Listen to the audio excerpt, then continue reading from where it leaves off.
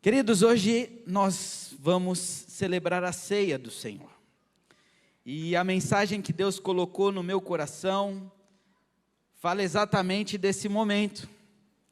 Fala sobre a graça e a misericórdia de Deus. A graça e a misericórdia de Deus nas nossas vidas. Eu convido você a abrir tua Bíblia, lá no livro de Efésios, capítulo 2, Efésios capítulo 2, se você achar, dá um glória a Deus aí, amém? Se não achar, nosso Deus é um Deus de misericórdia e graça, amém? Efésios capítulo 2, fala sobre a nova vida com Cristo, e diz assim: vocês estavam mortos em suas transgressões e pecados, nos quais costumavam viver quando seguiam a presente ordem deste mundo e o príncipe do poder do ar, o espírito que agora está atuando nos que vivem na desobediência. Anteriormente, todos nós também vivíamos entre eles, satisfazendo as vontades da nossa carne, seguindo seus desejos e pensamentos. Como os outros, éramos por natureza merecedores da ira. Irmãos, merecedores do quê? Da ira. Porque estávamos andando como? Em desobediência, segundo os prazeres da nossa carne, satisfazendo as vontades da nossa carne. Todavia, que é rico em misericórdia, todavia Deus, que é rico em misericórdia, pelo grande amor com que nos amou, deu-nos vida juntamente com Cristo. Amém? Posso ouvir um amém? Nós estávamos mortos, em desobediência, vivendo uma vida segundo os prazeres da carne, mas todavia Deus, nós merecíamos a ira, mas todavia Deus, que é rico em misericórdia, pelo grande amor que nos amou, deu-nos vida. E não foi uma vida sozinho, juntamente com Cristo, quando ainda estávamos mortos em transgressões, pela graça vocês são salvos. Deus nos ressuscitou com Cristo, e com Ele nos fez assentar nos lugares celestiais em Cristo Jesus. Amém? Para mostrar, nas eras que hão de vir, a incomparável riqueza da sua graça, demonstrada em sua bondade para conosco, em Cristo Jesus. Irmãos, presta atenção aqui.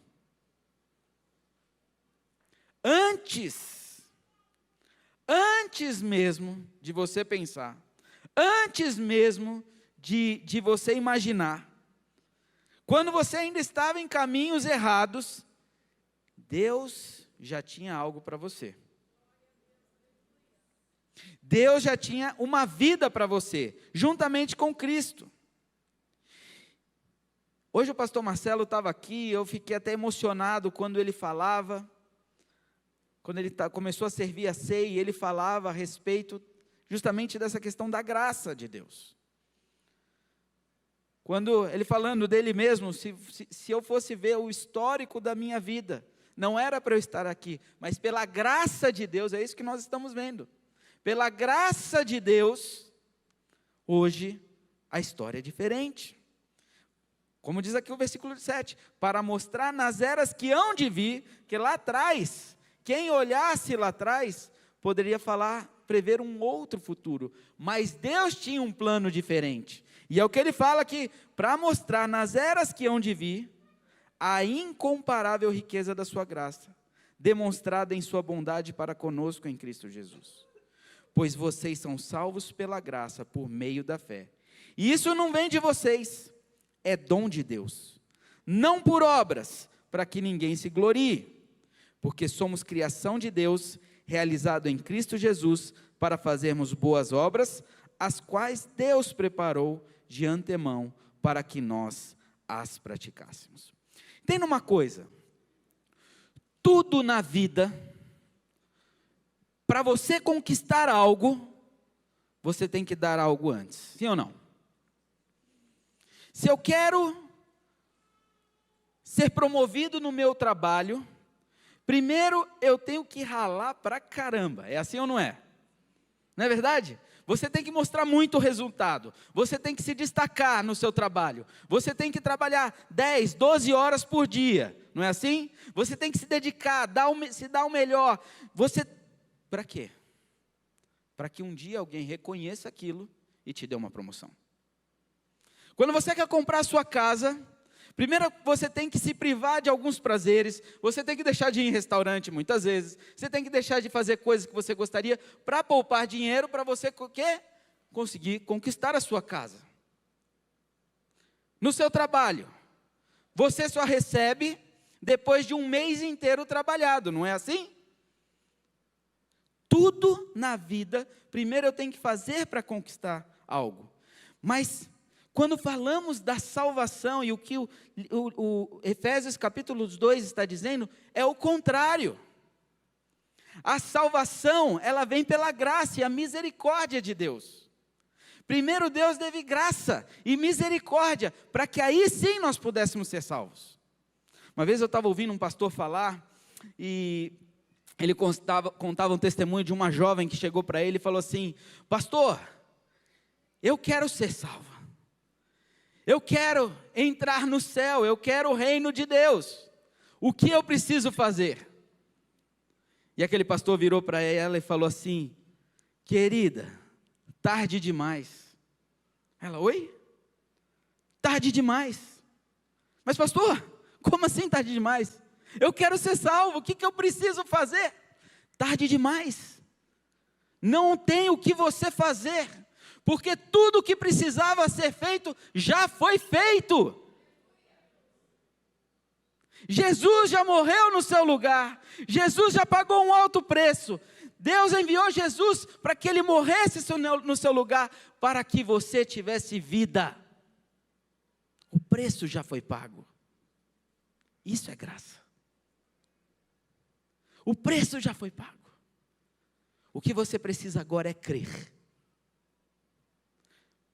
porque a salvação vem pela fé. Crer que Jesus Cristo é o Filho de Deus, e Ele veio ao mundo, e morreu, e pagou um alto preço, para que eu e você pudéssemos ter vida, e vida em abundância. O que Efésios está dizendo, é que não precisamos buscar a salvação através das obras. A salvação não vem, ela vem pela graça e pela fé, e não por obras. Isso é o que diferencia o cristianismo das demais religiões.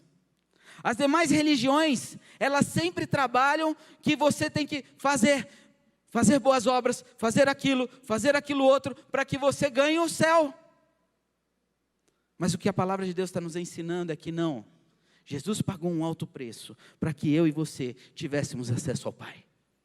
O preço foi pago.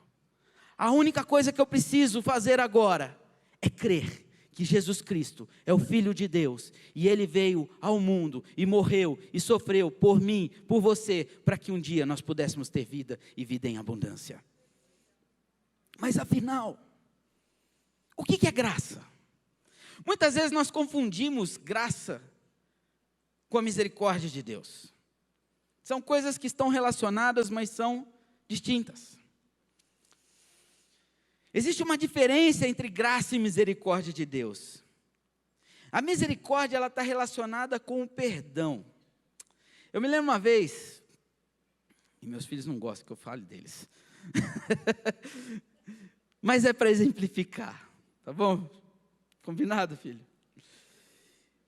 Patrick era menor, ele tinha lá os seus 5, 7 anos de idade, e Deus deu um perfil maravilhoso para o Patrick. Pensa num menino esperto, vivo, ele pega as coisas no ar, e tudo que ele quer, quando ele quer, ele vai e ele consegue, não é verdade, amor? Quando ele coloca uma coisa na cabeça, ele vai e ele quer. Mas quando ele tinha 5 anos de idade, isso trouxe algumas...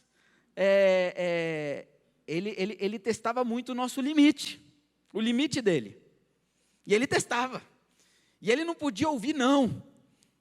Se tinha uma palavrinha que ele não gostava, era não. E ele testava a gente. E eu lembro que Deus, graças a Deus, nos deu sabedoria nesse momento, e nós seguimos o que a palavra de Deus diz, e ensina os teus filhos, né, no caminho que devem andar, e até quando envelhecer, não se desviarão deles. E para isso nós tivemos que disciplinar algumas vezes o Patrick. E o Patrick, ele gostava de uma disciplina. E eu lembro que teve um dia que ele estava assim, estava mais acelerado. E eu já tinha disciplinado ele umas 3 vezes. E ele foi lá e ele aprontou outra. E eu falei assim: Senhor, eu não quero mais disciplinar meu filho. Eu cansei, Senhor. Dói na gente. E aí Deus me falou assim: mostre para ele o que é misericórdia. E eu chamei o Patrick. Falei: Patrick, vem cá, precisamos conversar. E ele já veio desconfiado. Patrick, você fez isso, isso, isso. Aí ele: não, pai, de novo não. Filho, você entende que isso é errado? Entendo, pai. E o que você fez tem uma consequência? E o que é? Eu tenho que apoiar, mas eu não quero, pai. Eu falei: mas você entende que isso tem uma consequência? Sim. Você entende que você precisaria ser corrigido agora? Eu entendo, pai. Mas eu vou te ensinar uma coisa. Uma palavra chamada misericórdia. Sabe, Ticão? Ticão é como eu chamo ele, como nós chamamos ele em casa. Muitas vezes, papai também erra. Papai também peca. Isso desagrada o coração de Deus. Mas sabe, porque Deus nos ama tanto, a gente deveria ser disciplinado. A gente deveria ser muitas vezes castigado. Mas Deus nos ama tanto, que Ele tem misericórdia da gente. E Ele nos perdoa das nossas falhas. Você errou, você falhou, você merecia apanhar. Mas o papai te ama. E porque eu te amo, eu tenho misericórdia de você. E hoje você não vai apanhar. Vem aqui, eu vou te dar um beijo e um abraço. E nós abraçamos, nós beijamos. E ali ficou claro que era misericórdia, Tico. Sabe, queridos, muitas vezes acontece isso. Muitas vezes nós erramos, nós falhamos, nós merecemos ser castigados. Mas o nosso Deus é um Deus de amor e de misericórdia. Misericórdia está ligado com perdão. A graça está ligado por receber algo que eu jamais teria condições de comprar. Jamais eu teria condições de comprar a salvação. Eu me lembro certa ocasião também com o Patrick. E o Patrick, ele estava numa fase que ele queria muito um skate. E ele pesquisava na internet os skates. Ele: pai, olha esse skate, pai. Eu quero um skate, pai. Eu quero um skate, compra para mim. Eu: filho, você quer muita coisa, filho. Agora não.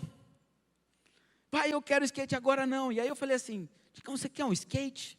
Então você vai fazer o seguinte: você vai comprar o seu skate. Aí ele olhou para mim. Assim: você vai comprar o seu skate.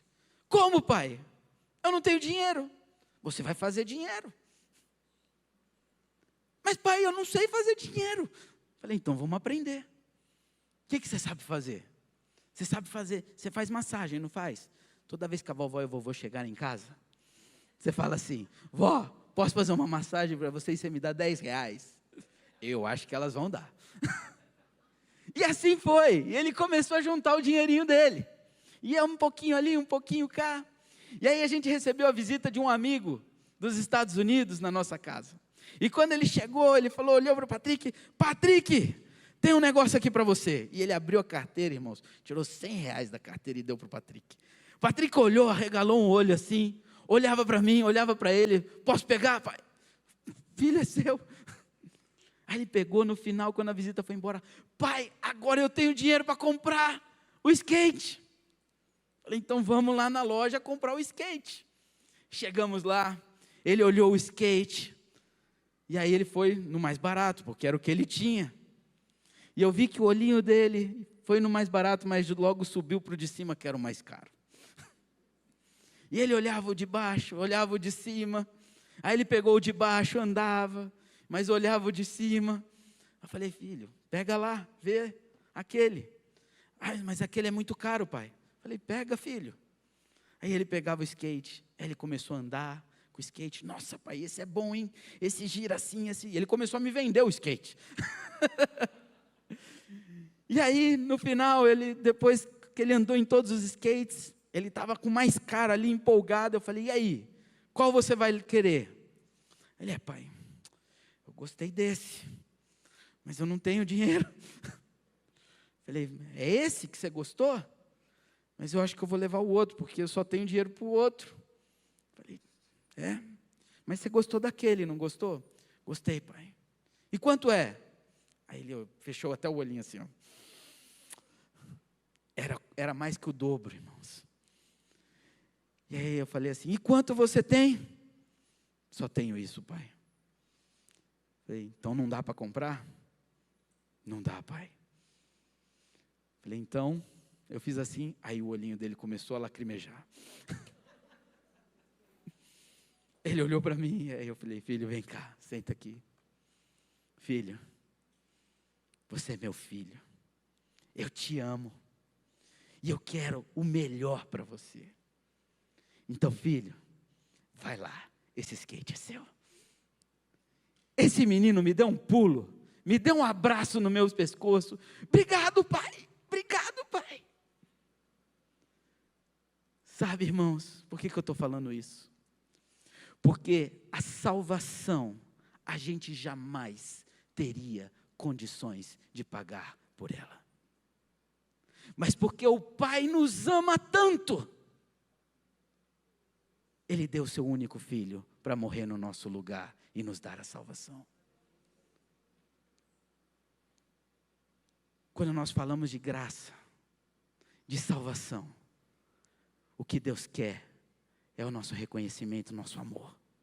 Pai, obrigado. Obrigado. Eu não merecia, mas o Senhor foi misericordioso. Eu nunca teria condições de pagar esse alto preço, mas o Senhor pagou por mim. Porque o nosso Deus é um Deus de Pai, é um Pai de amor, um Pai que nos ama, um Pai que tem o melhor para as nossas vidas. A graça é algo que nós recebemos, que não poderíamos pagar.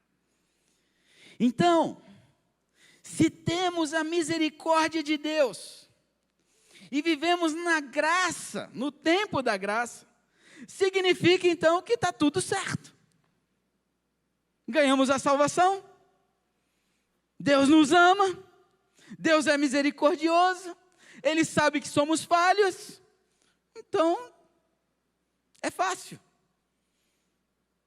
Podemos viver uma vida normal, continuar com as nossas paixões, continuar com a nossa forma de andar, como antigamente. Mas não é isso que a palavra de Deus diz. Não é isso que a palavra de Deus diz. A palavra de Deus diz lá em 1 João, capítulo 2, do versículo de 1 a 6.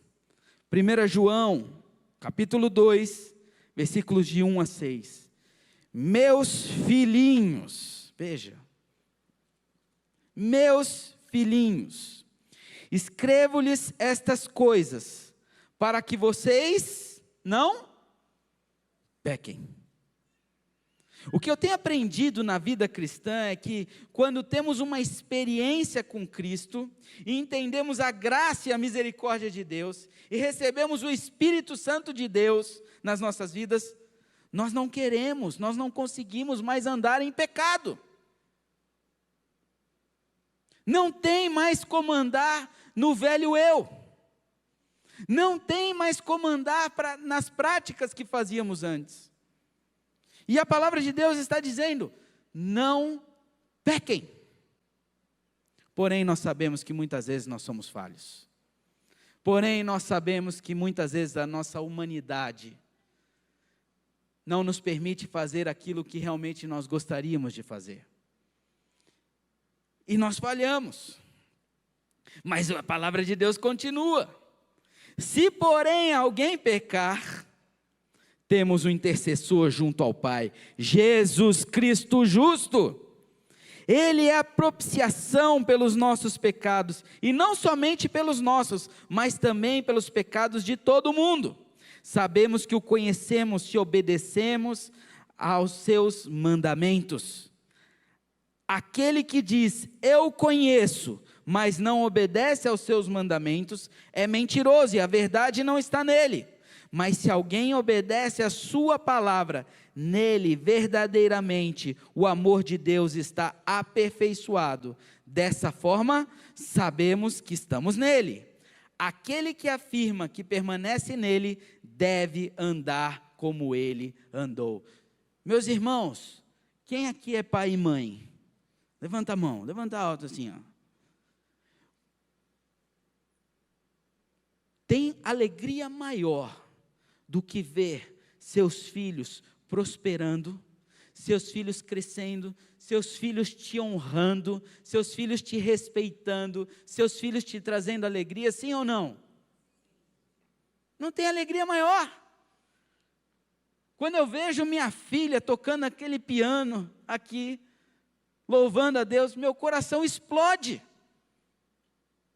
É uma alegria. Quando eu vejo meu filho, minha filha, meu filho fazendo algo que eu vejo assim que eles estão indo no caminho, traz alegria. Da mesma forma, o Pai que está nos céus. Deus pagou um alto preço por mim e por você. E eu fico imaginando quando a gente está aqui na casa dele, louvando e adorando, o sentimento dele de ver nós como filhos dele louvando e adorando. Mas eu também posso imaginar a dor de Deus quando muitas vezes nós falhamos. Quando muitas vezes nós desonramos. Quando muitas vezes nós não acertamos o alvo. Mas graças a Deus, porque Deus é um Deus de misericórdia, um Deus de graça. Quando eu penso na graça e a misericórdia, eu logo me lembro da parábola do filho pródigo. Vocês conhecem a história. Um homem, 2 filhos, um deles resolve chegar para o pai, pai, me dá a minha parte da herança. Pega aquele montante, vai para longe da casa do pai, e ali ele vive a vida que sempre sonhou, com dinheiro, festas, amigos. Num primeiro momento tudo parecia lindo e maravilhoso. Mas longe da casa do pai, ele foi perdendo tudo. Até chegar a ter que morar juntamente com os porcos, comendo bolotas de porcos. E naquela situação ele se lembra do pai. E fala, os servos do meu pai têm uma vida melhor que a minha. E ele decide voltar. E quando ele volta, o que acontece, irmãos? Ele encontra quem? Ele encontra quem? O pai, de braços abertos, para receber aquele filho sujo, aquele filho fedido, aquele filho destruído, mas ele não se importa, ele simplesmente abraça aquele jovem, coloca no dedo dele o anel da autoridade, e dá uma festa, porque aquele filho que estava perdido, hoje voltou para o lar. Sabe, irmãos, muitas vezes por causa do pecado, nós nos distanciamos da casa do Pai. Muitas vezes por causa das tentações, das propostas, muitas vezes por causa dos prazeres desse mundo, nós nos distanciamos da presença do Pai. E quando nós estamos longe da presença do Pai, muitas vezes nós estamos como aquele filho, numa lama, num lamaçal, preso, triste, amargurado. Mas deixa eu falar uma coisa para você. O Pai, Ele está de braços abertos para te receber. O Pai não quer te ver num chiqueiro. Nosso Deus, Ele quer ver você em lugar de honra. Nosso Deus quer ver você restaurado. Sabe, muitas vezes, nós falhamos, nós pecamos. Eu gosto muito, muito daquela música que diz: Senhor, eu nasci para te chamar de Deus, eu nasci para te chamar de Pai, e andar do teu lado, Senhor, desde o ventre da minha mãe, eu sou povo exclusivo teu, eu sou abençoado, se vivo obediente, mas todo dia o pecado vem, e o quê? Me chama. Todo dia vem as tentações, e o quê? Me chamam. Todo dia as propostas vêm, e o quê? Me chamam. Todo dia o pecado vem. Mas deixa eu falar uma coisa. Quando vier o pecado, quando vier a tentação, quando vier as propostas, sabe o que você fala? Mas eu escolho Deus, eu escolho ser amigo de Deus, eu escolho Cristo todo dia, já morri para minha vida e agora eu vivo. Aleluia. Todo dia o pecado vai vir, todo dia a tentação vai vir, mas seja forte e firme para falar nesse momento: mas eu escolho Deus, eu escolho ser amigo de Deus, eu escolho Cristo todo dia, já venci, já morri para a minha vida e agora eu vivo a vida de Deus. Sabe, irmãos, todos nós, sem exceção, temos pontos fracos. Todos nós, sem exceção, temos aquele ponto que muitas vezes nós brigamos, nós lutamos, nós queremos vencer, e muitas vezes nós caímos. Mas não importa quantas vezes você caia, mas importa quantas vezes você vai se levantar, e só tem uma forma de a gente se levantar e dizer não ao pecado, é com Jesus Cristo. O único que pode nos tirar daquele chiqueiro, daquele lamaçal, é Jesus Cristo. Por isso, quando você passar por momentos difíceis, quando você passar por momentos de fraqueza, quando você passar por momentos que você acha que você está sozinho, clame pelo nome de Jesus. Clame pelo nome de Jesus. Porque quando nós clamamos pelo nome de Jesus, quando nós achamos que nós estamos fracos, Ele nos faz forte. Quando nós clamamos por Jesus na tentação, Ele nos dá a vitória. Porque o inimigo já foi derrotado. Ele não tem mais poder sobre a sua vida. Uma vez que você entrega a sua vida a Jesus Cristo, e Jesus Cristo passa a ser o seu Senhor, você é propriedade exclusiva do Senhor Jesus. E o inimigo, ele não pode tocar na sua vida. Por isso, quando vier a tentação, quando vier o pecado, escolha Deus. Escolha ser amigo de Deus. Escolha Cristo todos os dias. Morra para você e viva para a glória de Deus.